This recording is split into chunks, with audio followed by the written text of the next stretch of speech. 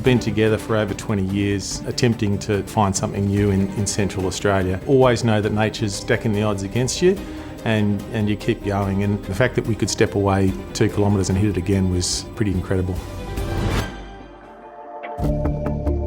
We started life as an ASX listed company in 2006. Myself, that was Paul Chapman at the time as the chairman, and then 2 really highly respected geologists out of Western Mining, John Wronski and Peter Buick, and we set out to try to do the exploration like Western Mining used to back in the day when they made some incredible discoveries in Central Australia. And our idea was this enormous potential undercover in Central Australia, and that if you're prepared to take on risk and operate into these remote environments, to utilise new data and techniques, that you could make the sort of discoveries like Olympic Dam, like Kambaldas, that really changed the face of the Australian mining industry.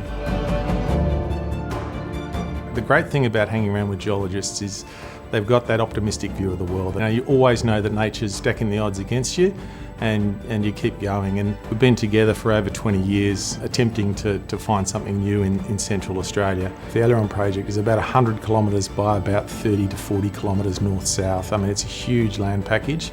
Now, the West Arunta is located at the Western Australian Northern Territory border. It's about the same distance from Adelaide, Darwin and Perth, so it's very remote, but the geology is close to surface, and I think that gives us the ability to explore it really cost effectively. You know, the drill hole that we completed back in 2020 into the Aileron project, was the first in this entire belt of geology. So it was something that you don't really get to do very often. It was right out there. We had to push in a 30-kilometre track off a very remote bush track between 2 Aboriginal communities. We knew that we had to be entirely self-sufficient out there because there was nothing else in the area that was really going to help us out. The guys were sitting around the campfire one night and the International Space Station went over the top, and they said, "You do realise that we're closer to the International Space Station than we are to a traffic light."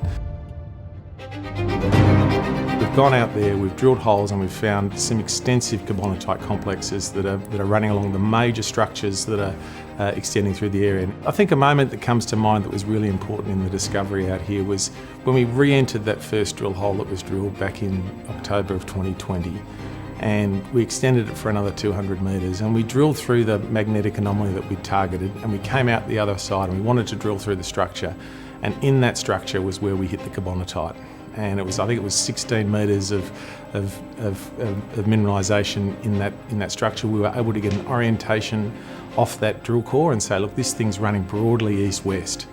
And then we only had a couple of other drill sites that were cleared for drilling, and we stepped, I think it was 2 kilometres away onto one of those drill sites and drilled it again and hit that same carbonatite. And then we stepped out another 1.5 kilometres and hit it again.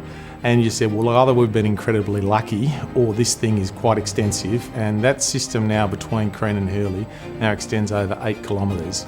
It's a major mineral system. We still haven't found the edges of it, and we're learning more and more about it as we go. That was probably the proof of concept that this structure had carbonatite mineralisation in it, and the fact that we could step away 2 kilometres and hit it again was pretty incredible. It's absolutely crucial to find the right people. Working in a remote location, you're on top of one another. There's always things that are going wrong, and we've got a lot of problem solvers out there. They're solving technical problems, they're solving logistical problems. They're trying to pull apart the geology as we learn new things with each drill hole, and seeing them all work together to unlock this new region is really very pleasing. It really starts from the top down with Dr. John Wronski and Peter Buick, people want to work with them. We've got a terrific team of geoscientists, Mark Brodie, Sarah James, Kate Vinicum, just to name a few of the team that we've got that are pulling apart this region, and really, I think, I have great faith in their ability to make the next discoveries. These discoveries don't happen without a team who's there to deliver the exploration programs on the ground. The mineral exploration industry is the lifeblood of the future of the mining sector, and I think we're still dining out on the discoveries of the 60s, 70s and 80s, and it's really up to us to find the next lot of discoveries, probably in metals that weren't thought about back 50 years ago, and that's going to be really important to Australia going forward.